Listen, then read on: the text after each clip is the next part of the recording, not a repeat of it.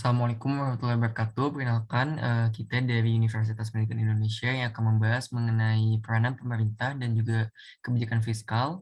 Sebelumnya kami kelompok satu yang beranggotakan saya sendiri, Oscar Muhammad Fajrin, Ina Mutia, Gani Muhammad Falah, dan juga Rani Armafili Rahma. Baik, tanpa berlama-lama lagi, kita langsung mulai aja ke pemateriannya. Yang pertama ada peran pemerintah dalam ekonomi. Menurut Keynes, pemerintah sangat penting untuk menciptakan agregat demand. Peran pemerintah sangat besar dibandingkan pihak lain dalam memperbaiki perekonomian suatu negara. Mekanisme pasar alami dapat rusak jika birokrasi yang rumit dan ketidakefisiensian kebijakan pemerintahan. Selanjutnya, eh, adapun peran pemerintah dalam ekonomi ada tiga, yaitu yang pertama ada produksi, yang kedua pendapatan, yang ketiga pengeluaran. Selanjutnya, ada fungsi utama. Yang pertama itu ada meningkatkan efisiensi. Dalam perekonomian adalah dengan mengambil sektor yang melibatkan orang banyak agar tidak dikuasai oleh pihak swasta. Yang kedua ada pemerataan keadilan. Untuk meratakan keadilan khususnya dalam bidang ekonomi, pemerataan ini pun dilakukan oleh pemerintah dengan cara pemberian transfer payment dan lain sebagainya. Yang ketiga itu ada memicu pertumbuhan ekonomi dan menjaga stabilitasnya. Itu dilakukan oleh pemerintah dengan cara membangun sarana dan prasarana yang berkaitan dengan peningkatan produktivitas perekonomian suatu negara. Selanjutnya,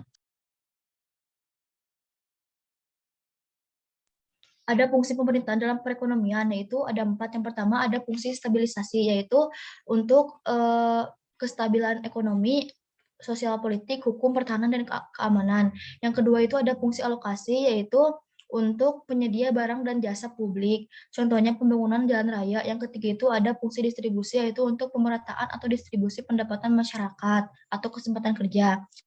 Yang keempat itu ada fungsi regulasi, yaitu untuk membuat suatu peraturan untuk mengelola perekonomian agar berjalan dengan seharusnya. Selanjutnya, ada instrumen pemerintah untuk mempengaruhi perekonomian, yaitu ada 4. Yang pertama ada pajak, yaitu untuk mendorong perekonomian untuk terjadi pertumbuhan saat kondisi perekonomian lesu, misalnya dengan kebijakan fiskal ekspansif atau kontraktif. Yang kedua ada pembelanjaan, melakukan pembelanjaan agar ekonomi tumbuh dapat berupa infrastruktur, subsidi, dan lain sebagainya. Yang ketiga itu ada transfer payment, yaitu pemberian dari pemerintah yang diberikan dan tidak perlu dikembalikan. Yang keempat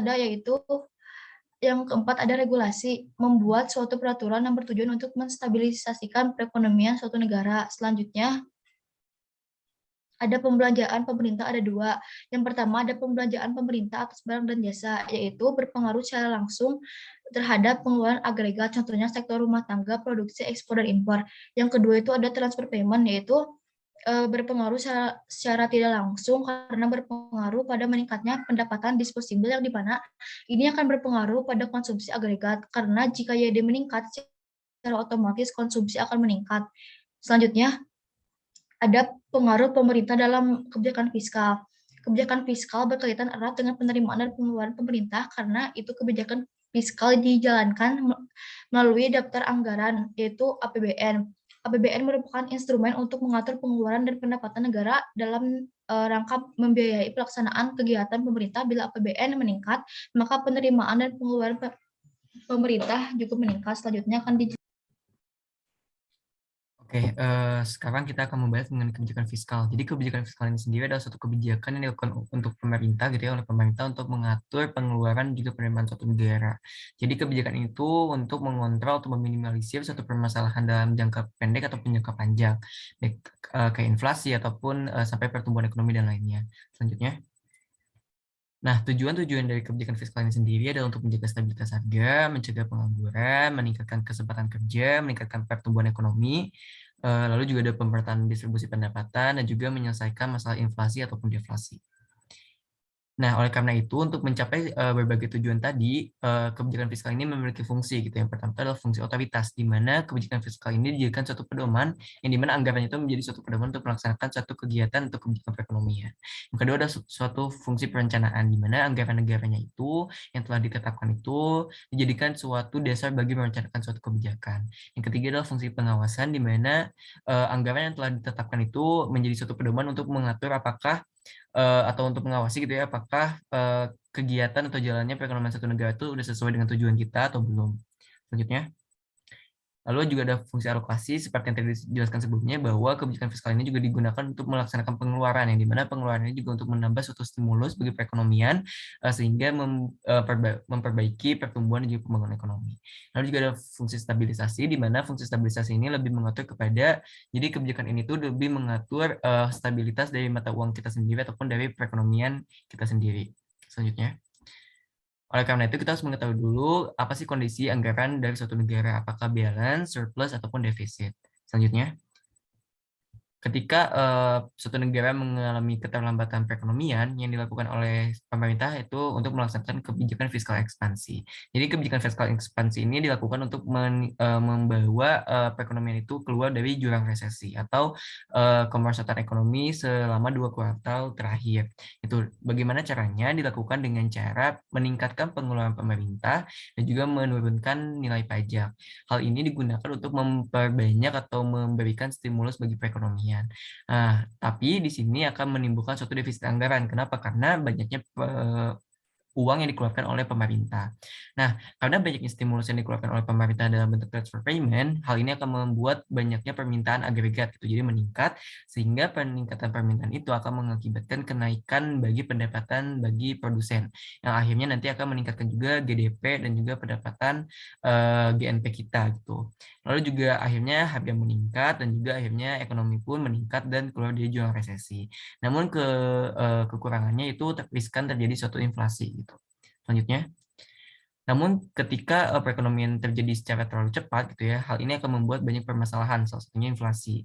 Oleh karena itu perlu berbagai suatu kebijakan, yaitu kebijakan fiskal kontraktif, dilakukan dengan cara menurunkan pengeluaran pemerintah dan juga meningkatkan pajak. Hal ini dilakukan untuk mengurangi stimulus pemerintah sehingga perekonomian dapat membuat satu keterlambatan dalam perekonomian gitu. Akhirnya terjadi surplus anggaran. Kenapa? Karena banyaknya pendapatan yang diterima oleh pemerintah melalui pajak tadi gitu. Akhirnya permintaan agregat itu menurun karena menurunnya juga stimulus dari pemerintah dan juga bantuan dari pemerintah, dan juga pajak yang meningkat itu akan membuat konsumsi dan saving menurun, karena jika kita memperbanyak pajak, akhirnya kita juga memperbanyak atau banyak menguras pendapatan dari masyarakat. Akhirnya kapabilitas mereka dalam mengonsumsi dan juga menabung itu menjadi menurun, dan juga permintaannya pun menurun, dan akhirnya inflasi pun terkendali. Selanjutnya. Baik, selanjutnya akan dijelaskan oleh yang lain. Selanjutnya, jenis-jenis kebijakan fiskal. Yang pertama yaitu kebijakan anggaran pembayaran nasional, yaitu kebijakan di mana pengeluaran dan penerimaan pemerintah yang ditentukan oleh dengan melihat akibat tidak langsung terhadap pendapatan nasional. Selanjutnya yang kedua yaitu kebijakan pengelolaan anggaran, yaitu kebijakan di mana pengeluaran pemerintah, perpajakan, dan pinjaman selalu dikaitkan. Tujuannya adalah untuk memperkecil kestabilan ekonomi. Macam-macam pengelolaan anggarannya terdiri dari surplus dan defisit. Yang pertama, defisit, yaitu merupakan pengaturan pengeluaran negara yang lebih besar dari pinjaman negara. Cara untuk menanganinya adalah dengan cara meminjam. Kebijakan ini dilakukan oleh pemerintah ketika deflasi, yaitu ketika harga turun, jumlah uang yang beredar sedikit, produksi menurun, perdagangan lesu, daya beli masyarakat menurun, dan lain-lain. Selanjutnya,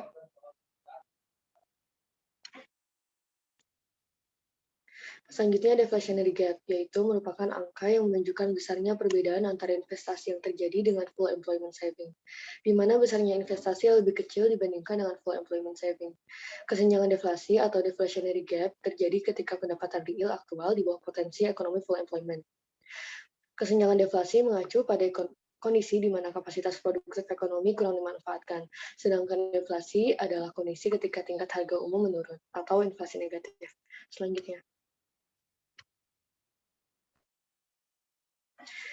Selanjutnya, yaitu surplus atau pengaturan pengeluaran negara yang lebih kecil dari penerimaan negara.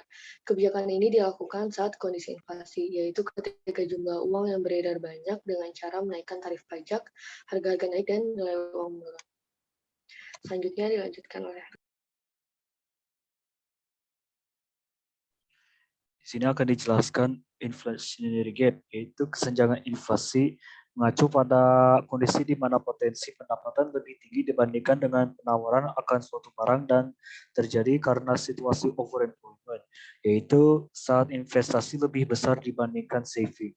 Peningkatan pengeluaran pemerintah akan mendorong AE dan ke AEF yang meningkatkan produktivitas ekonomi sehingga pendapatan nasional meningkat ke pendapatan nasional full employment tanpa menurunkan harga keseimbangan, yaitu pada tingkat harga.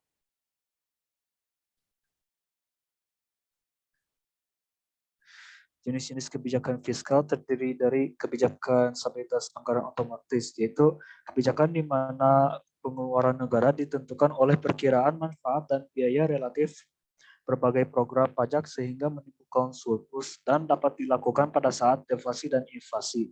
Ketika masa deflasi pengeluaran negara tidak diubah namun pajak diturunkan, pemerintah akan memberikan subsidi untuk menaikkan daya beli masyarakat. Namun pada saat inflasi, pengeluaran negara dikurangi dan pajak ditambah.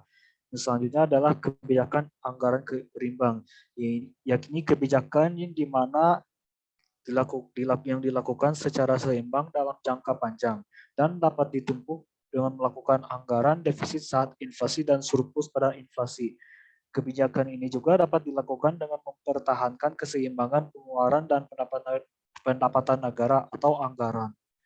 Alat-alat kebijakan fiskal itu adalah kebijakan fiskal stabilisator otomatis yang memiliki dua fungsi, yaitu yang dilakukan sebagai stabilisasi kegiatan ekonomi. Contoh-contohnya penerimaan pajak yang berasal dari pajak progresif, dan yang kedua itu pajak progresif dapat menjadi alat redistribusi pendapatan dan bisa mengendalikan terjadinya inflasi yang berpengaruh terhadap kestabilan perekonomian. Dan yang kedua adalah kebijakan fiskal diskresioner yang bertujuan untuk menciptakan tingkat kesempatan kerja yang tinggi. Contoh-contohnya, untuk mengurangi terjadinya masalah pengangguran, pemerintah akan menaikkan pengeluaran agregat atau dinamakan atau disebut dengan kebijakan fiskal ekspansif. Untuk mengatasi masalah inflasi, pemerintah akan mengurangi pengeluarannya yang dinamakan dengan kebijakan fiskal kontraktif. Discretionary fiscal policy, yaitu melakukan perubahan dalam pajak dan pengeluaran pemerintah yang ditujukan untuk mengurangi gap yang terjadi. Pengaruh fiskal ya ada 3, yaitu yang pertama, pemerintah menggunakan kebijakan fiskal untuk mencapai tujuan-tujuannya seperti inflasi dan tingkat pengangguran yang rendah.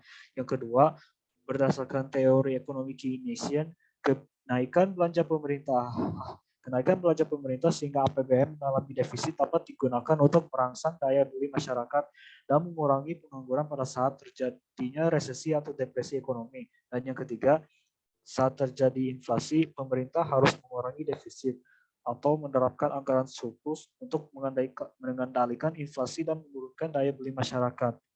Kelebihannya yaitu lebih mudah untuk mengontrol pendapatan dan pengeluaran negara, yang kedua berguna untuk menutupi kekurangan dari kebijakan moneter, dan keduanya sama-sama berperan penting untuk mengatasi masalah inflasi dan dinilai lebih efektif dibandingkan kebijakan moneter. Sedangkan kelemahannya sendiri yaitu kebijakan fiskal lebih bersifat kaku atau kurang fleksibel karena harus melewati birokrasi yang cukup rumit, yaitu APBN, dan dapat menimbulkan pandangan negatif dari publik atau masyarakat karena berkaitan dengan peningkatan jumlah pajak. Contoh-contoh dari kebijakan fiskal ada 3, yaitu tax amnesty.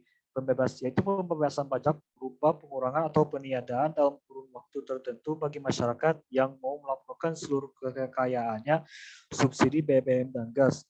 Yaitu tujuan kebijakan fiskal di bidang bahan bakar ini atau memperlancar mobilitas dan transaksi ekonomi masyarakat. Dan yang ketiga, penetapan harga eceran tertinggi. Penetapan harga jual maksimum untuk barang tertentu yang disebut dengan kebijakan HET. Barang dengan HET umumnya adalah obat-obatan dan sembako.